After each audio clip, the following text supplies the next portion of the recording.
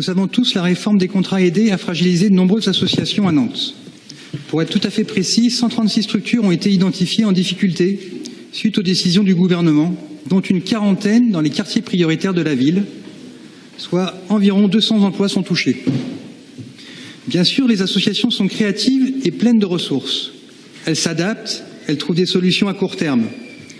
Mais elles sont positionnées sur des activités qui sont, par définition, économiquement fragiles. Comment assurer leur pérennisation? Comment assurer leur développement? Les associations sont le ciment de notre démocratie. Elles sont indispensables.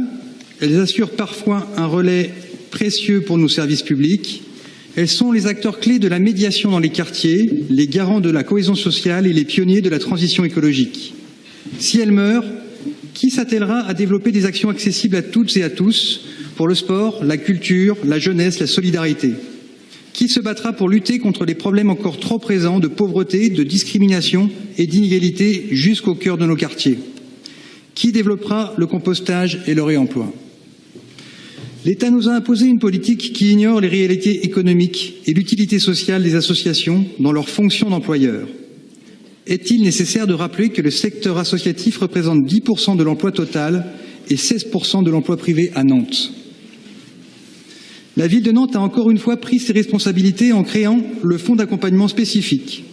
22 structures soutenues entre avril et juin pour un total d'environ 270 000 €, adossé à un accompagnement technique. Il faut faire grandir le dispositif pour venir en aide à l'ensemble des structures en difficulté et avec des moyens accrus. Sinon, le danger est simple. De plus en plus de temps partiel non choisi, des emplois dissimulés sous couvert de bénévolat ou de service civique, le recours accru à des contrats en freelance, en bref, une précarisation de l'emploi toujours plus grande. Restons attentifs à cette problématique et mettons les bouchées doubles sur les moyens alloués, car l'emploi n'est pas une question d'annexe, surtout dans une ville qui en fait sa priorité de mandat. Je vous remercie.